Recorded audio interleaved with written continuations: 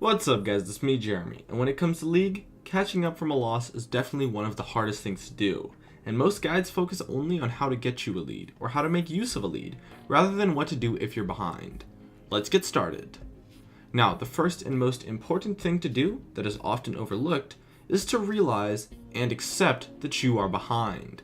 People's superiority complex often comes in, and it takes a lot to admit that you messed up and are currently behind, as it's easy to make an excuse for yourself as to why you are not behind. Things such as I can take him in a fight and he's only up 10 CS, and excuses like that are often tossed around when in actuality you're probably more behind than you think. And accepting that is what you need to do in order to change your playstyle. In addition, starting to catch up as soon as possible rather than when you're loads behind makes it a lot easier too. Realizing you're behind is the first step to take in order to catch up. Also, in general, when you're behind, it's likely because you've made some mistakes, and so what you need to do is to avoid tilting. Tilting is where you get frustrated after making mistakes, and that frustration causes you to make even more mistakes. The key to avoiding this is to simply realize that you are making mistakes, and to keep your cool and remain focused. Now, there are two situations where you're going to be playing from behind.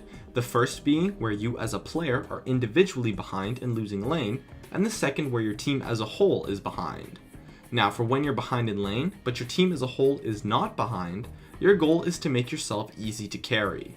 If you can, switch to a tanky build, and avoid trading with your opponent, and be sure to play and position safely, focusing only on CS, and never pass the halfway mark of your lane. Once you pass that halfway mark, you're no longer positioning safely, as your opponent has enough space to fight you. If you can, having an ally come in for a gank may help, but it's only really a good idea if the person ganking for you is ahead or at least in a good spot. Otherwise, the gank can be really risky, especially if it turns into a 2 versus 2. And above all else, you have to prevent the snowball from your opponent. Accept that you have lost and control the collateral damage. Don't try to catch up by making crazy plays, and be sure to respect your opponent, as they were good enough to get a lead from you, so be really careful if you ever fight them. Also, make sure that your opponents do not snowball the game through roaming. To prevent this, ward and communicate with your team, and be very aware whenever they leave the lane. And if all else fails, if you have no hope of facing your opponent directly, you can actually just abandon your lane and let them take the tower, and use that chance to attempt to roam or just wait for the lane to be pushed in, and then freeze while you CS and catch up. Just make sure to control your direct lane opponent and not do anything like rage or complain to your teammates. Now, if your team as a whole is behind, it's a lot harder to deal with.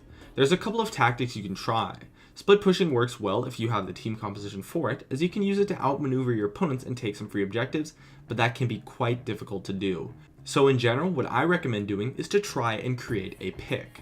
Roam as 5 so that you don't get caught out, and pick someone off using your CC and burst damage from the opposing team by warding heavily. People often overextend when they are ahead, so use that to your advantage. You then need to use the resulting 4v5 to take an objective and relieve pressure on the map. If you can catch out your opponents while preventing them from catching you out, it's going to do a ton to bring you back into the game. In addition, make sure to be aware of the game state to know if you can teamfight or not. Some compositions can still teamfight even if you're behind, while others cannot, so make sure to take that into account as well. Just understand how far you are behind and what your limits are. And above all else, be patient, as it's going to take you a while to catch up, and in the end, you might not even be able to do it since it is quite difficult. So just keep a cool head and don't be too down on yourself, as anything can happen in solo queue. My name is Jeremy, and that's it for my video on how to catch up. If you enjoyed this video, feel free to check out some of my others on the screen right now, or stay connected at facebook.com/gamingcurios. I'd love you to support me with a like, and make sure to subscribe for some more awesome content in the future if you enjoyed this video. As always, thank you so much for watching, and I'll see you guys next time.